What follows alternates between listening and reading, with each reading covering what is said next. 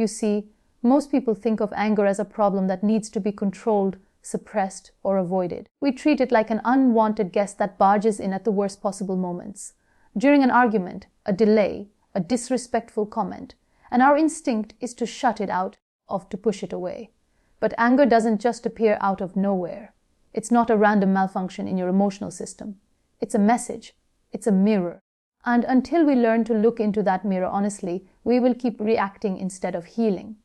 When we get angry, we usually fixate on what triggered us externally. If someone cut us off in traffic, someone raised their voice, someone didn't acknowledge our efforts. But here's the truth most people never pause to consider. The real reason for our anger often lies much deeper. It's not about the person who ignored you. It's about the deep, seated fear that you're not seen. It's not about the partner who spoke harshly. It's about your unresolved trauma around being unloved or disrespected. Every time anger shows up, it's pointing to a wound that hasn't been acknowledged. And until we begin to understand the root, not just the reaction, we stay trapped in the same emotional loop, blaming the world while bleeding from within. Let's talk psychology for a moment. Anger is what psychologists call a secondary emotion. That means it's not the original feeling, it's what rises to the surface as a defense. Underneath anger, there's usually pain, sadness, insecurity, guilt, or fear. But because those emotions make us feel vulnerable, the brain, trying to protect us, turns them into anger. Why? Because anger feels powerful. It gives us a sense of control. It makes us feel like we're doing something about the hurt. But this is an illusion. You're not healing. You're just hiding. And the problem is, the more we normalize this response, the more we begin to believe that our anger is righteous, that it's justified, that it's who we are. We start to wear it like armor. But armor, while it protects, also isolates. You can't truly connect with people when you're always in defense mode. You can't grow emotionally while standing behind walls. And you certainly can't find peace when you're constantly preparing for battle. So what does it take to break this cycle? It begins with the courage to feel, to sit with the discomfort, to ask yourself, why did that comment hurt me so much? Or why did I explode over something so small? That self-inquiry is not weakness. It is the greatest strength you will ever develop, because in that moment, you're no longer controlled by the emotion. You're observing it, understanding it. And when you do that, the emotion loses its grip on you. But I get it. It's hard. It's painful to go back into memories you've buried. It's painful to confront your own insecurities and unmet needs. But you have to understand anger is never random. It's always trying to tell you something. Maybe it's pointing to a childhood where you weren't allowed to express yourself. Maybe it's pointing to a betrayal you never processed. Maybe it's pointing to an identity crisis where you feel unseen or unheard. Whatever it is, it's valid, but it doesn't have to control you. Philosophically speaking, many spiritual traditions talk about the power of self-mastery, not by suppression but through awareness. Rumi said, "The wound is the place where the light enters you." What if your anger isn't something to be ashamed of, but something to learn from? What if it's the very thing that leads you to a deeper understanding of yourself? What if the fire inside you wasn't meant to burn others, but to illuminate your path? You don't need to become someone else to overcome your anger. You just need to become more you. The healed version of you, the aware version of you, the version that doesn't act out of hurt but out of clarity. And that version of you can only be born through introspection, not reaction. So the next time you feel that surge of heat, that tightening in your chest, that rush of words wanting to explode, pause. Not to suppress, not to pretend, but to listen. What is my anger trying to tell me? What is the real wound here? Because the moment you start asking the right questions, your anger becomes less of a burden and more of a bridge, one that connects you to your truth, your strength, and your peace.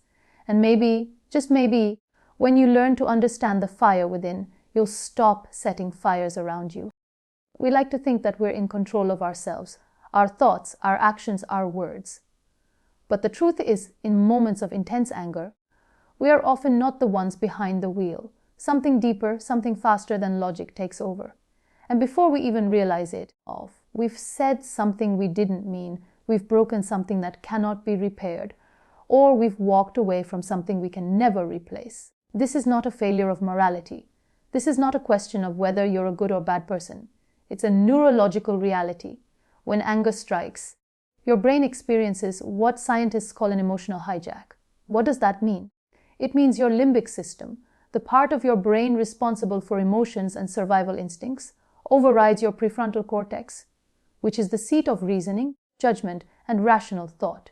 That's why, in the middle of an angry outburst, you can't think clearly.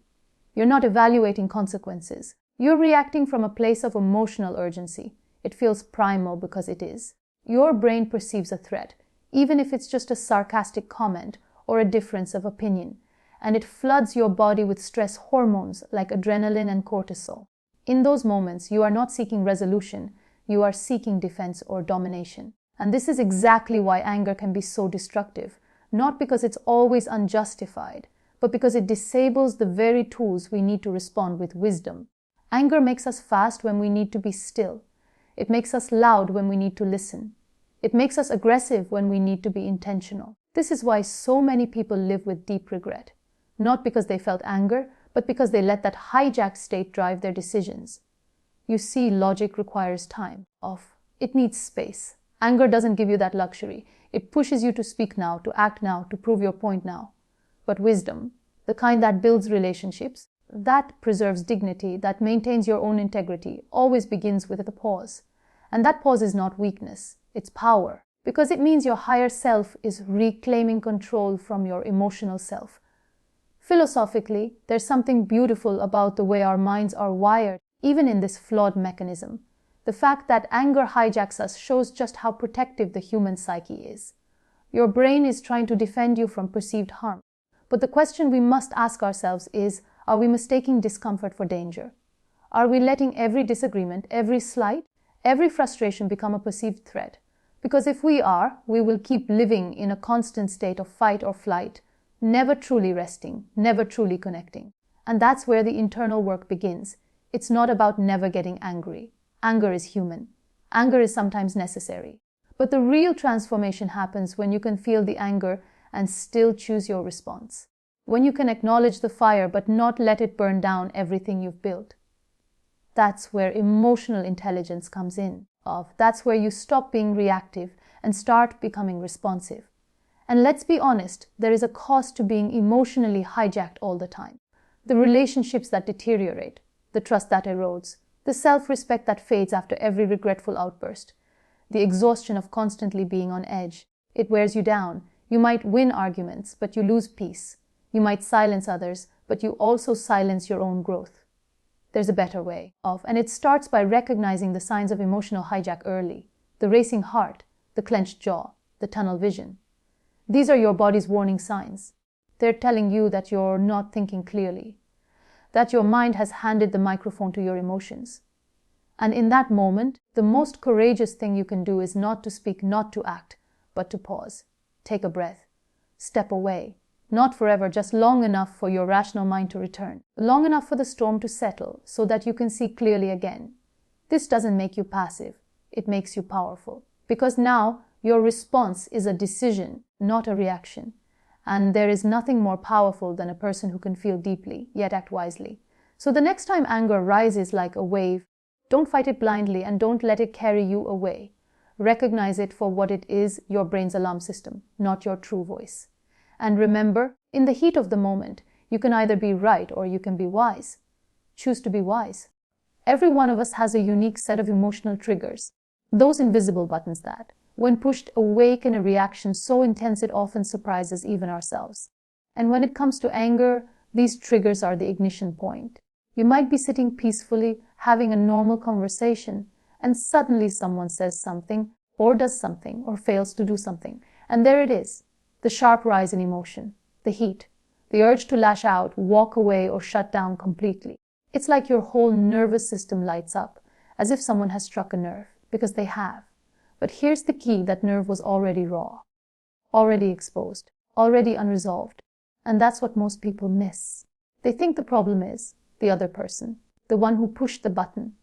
But in truth, the real work lies in understanding why that button exists in the first place. Why does being ignored trigger you? Why does losing control make you furious? Why does a simple disagreement feel like a personal attack? When we start asking these questions, we're no longer prisoners of our anger.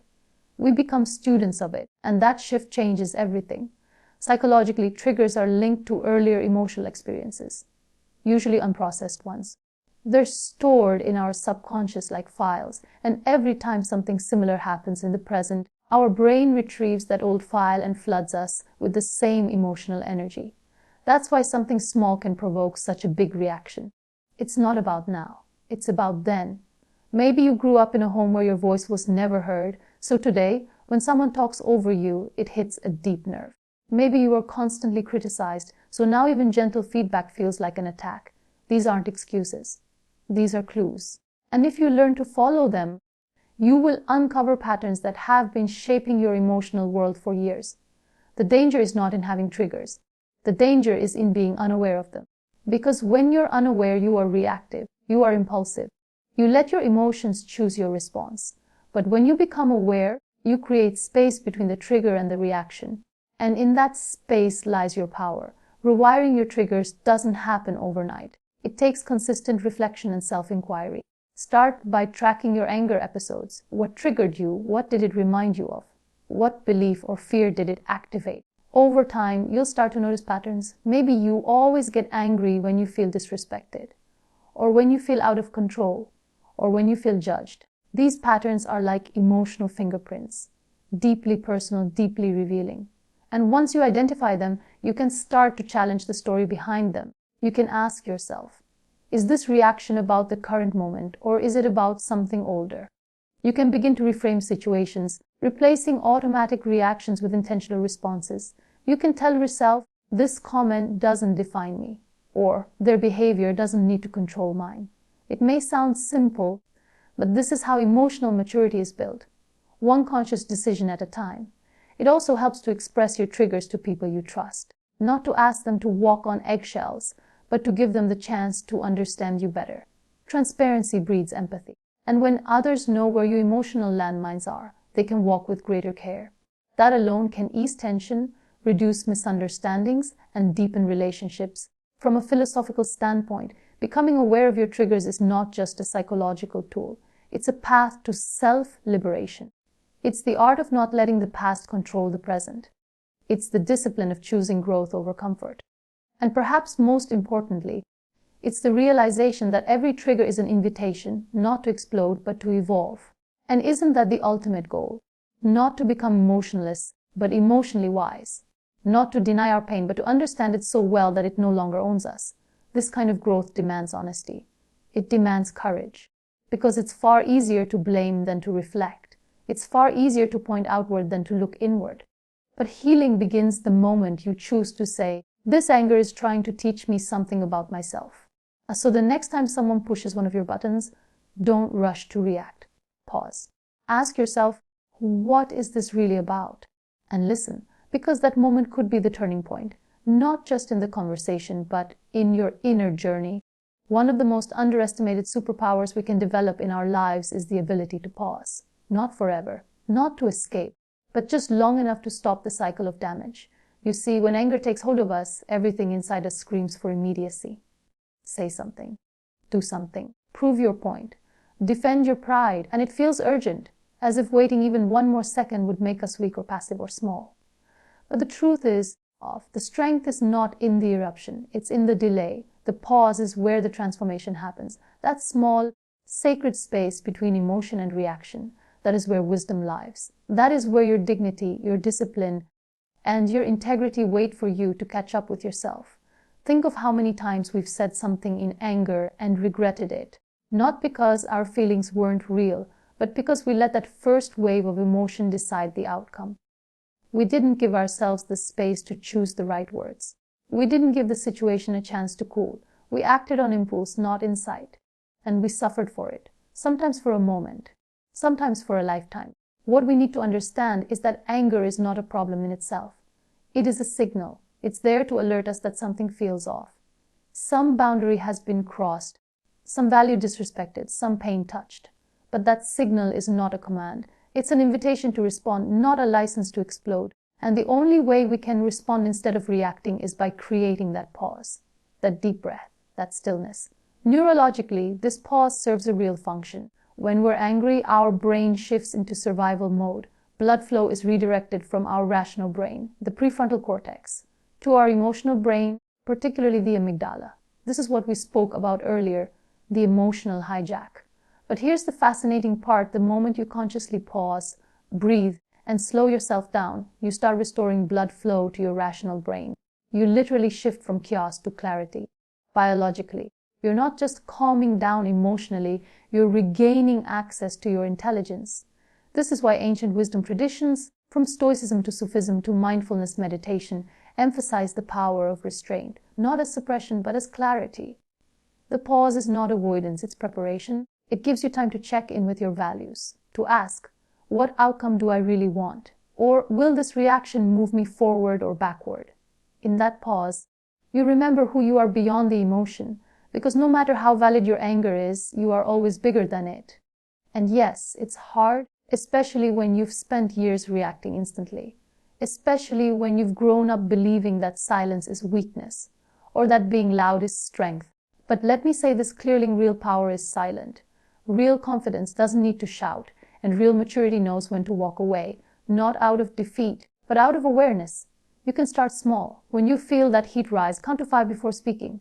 Literally count. 1, 2, 3, 5. Let the wave pass, or remove yourself from the situation. Step outside, breathe, drink water. These tiny decisions are not small. They are the foundations of emotional intelligence. They're acts of self-respect. You are telling yourself, my peace matters more than this provocation.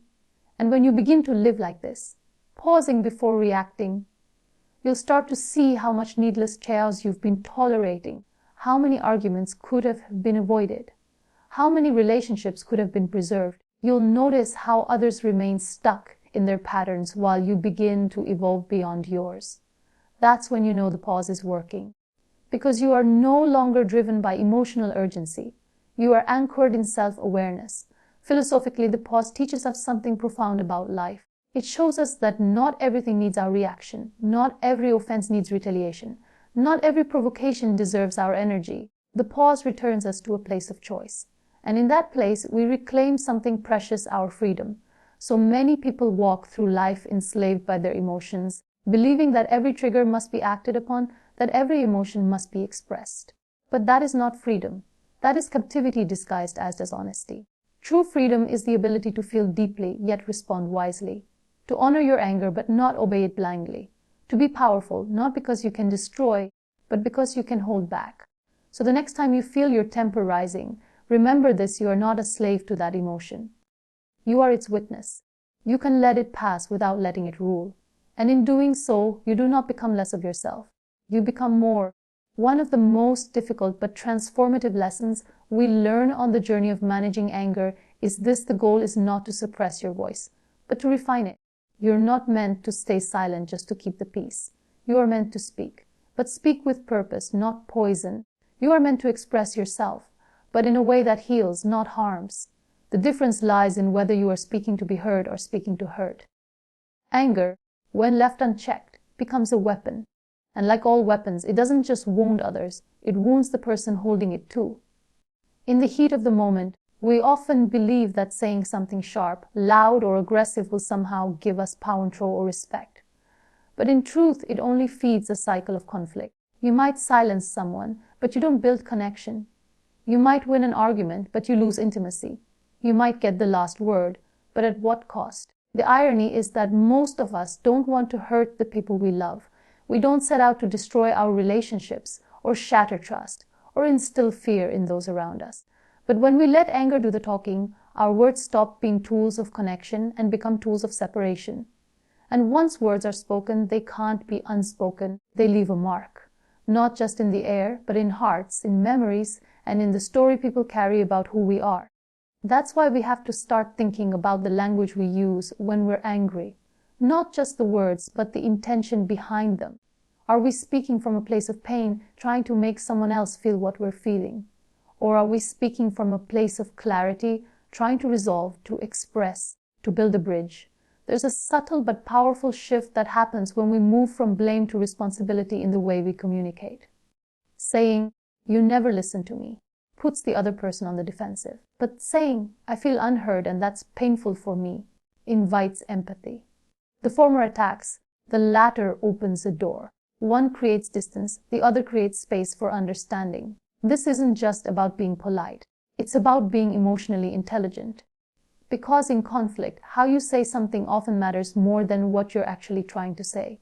Psychologically, this is backed by countless studies in emotional communication.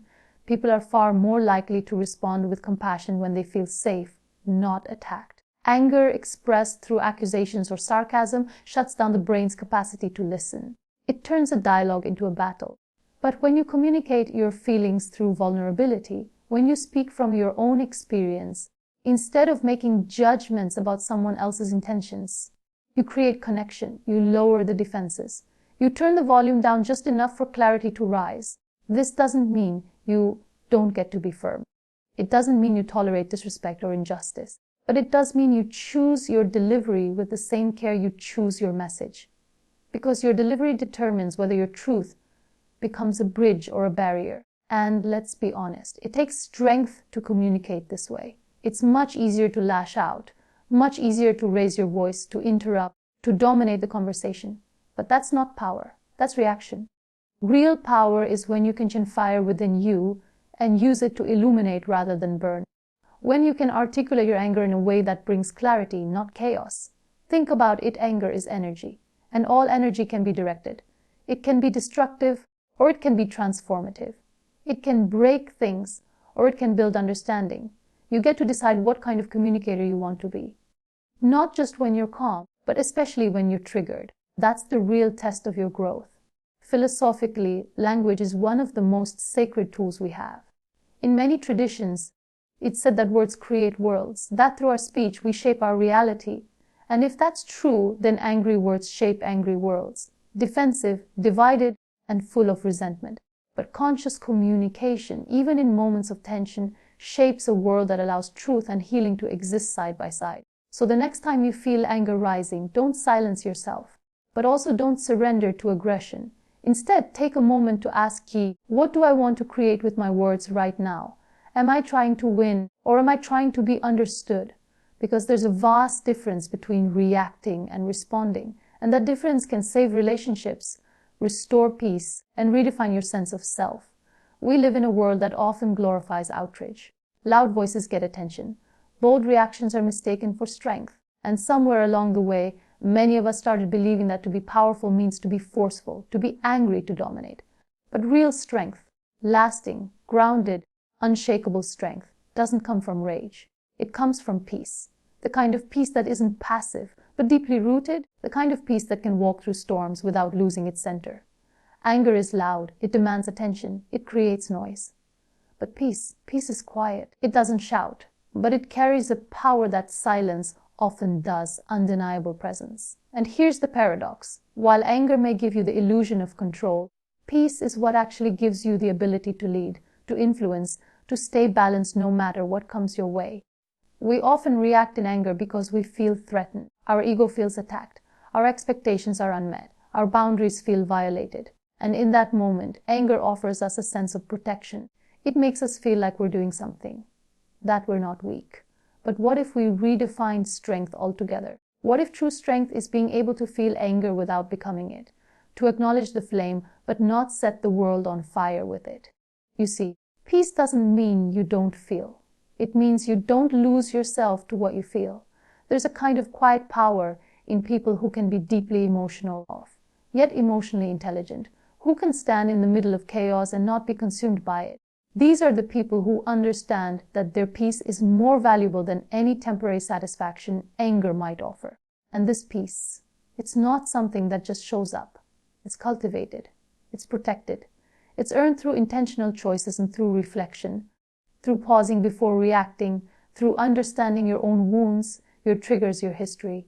Every time you choose not to react in anger, you reinforce that peace. You strengthen it. You build an internal fortress that external chaos can't shake. There's also a great deal of dignity in peace. When you stay calm in the face of aggression, you don't shrink, you rise. You show the world that your emotions don't control you, you control them. And that kind of self-mastery is magnetic. People trust those who can remain composed. They listen to those who don't need to dominate the room to be heard. Peace is not weakness. It is discipline in its highest form. Psychologically, peace allows for clarity. Anger narrows your perspective. It turns everything into black and white. Right and wrong, me versus you. But peace opens up nuance. It allows you to see the situation as it is, not just through the lens of your emotions. It helps you respond with intention, not just instinct. And in that space, you make decisions that align with your values, not your momentary impulses. And isn't that the kind of life we want to build? One where we're not constantly firefighting emotionally, but one where we are grounded, where we can disagree without disrespecting, where we can feel pain without projecting it, where we can lead without shouting. It's important to understand that choosing peace is not about suppressing your anger. It's about transforming it. Anger is a powerful energy, but like any energy, it needs direction. Peace gives it that direction. It doesn't waste it in outbursts. It channels it into action, into boundary setting, into meaningful dialogue, into growth. Peace doesn't ignore conflict. It elevates the way we approach it. When you operate from peace, you stop needing to prove your worth through conflict. You stop needing to win every argument. You stop measuring your power by how many people you can silence. Instead, you start valuing things like emotional maturity, empathy, and patience. And these qualities, not aggression, are what create lasting impact. I understand. It's not always easy to stay peaceful, especially in a world that provokes you constantly, especially when you've been hurt, dismissed, or misunderstood. But peace is not about what's happening around you. It's about what you choose to carry within you. And that choice, it's always yours. Every day you're given that choice. Do I react or do I respond? Do I escalate or do I elevate? Do I let this moment define me or do I define how I move through it? And with every small decision, you either reinforce the cycle of anger or you begin building the architecture of peace. So the next time you feel that surge of anger rising, ask yourself, not what power looks like to others, but what peace feels like to you. Ask yourself if you'd rather be right for a moment or whole for a lifetime. Because when your peace becomes non-negotiable, your power becomes unstoppable.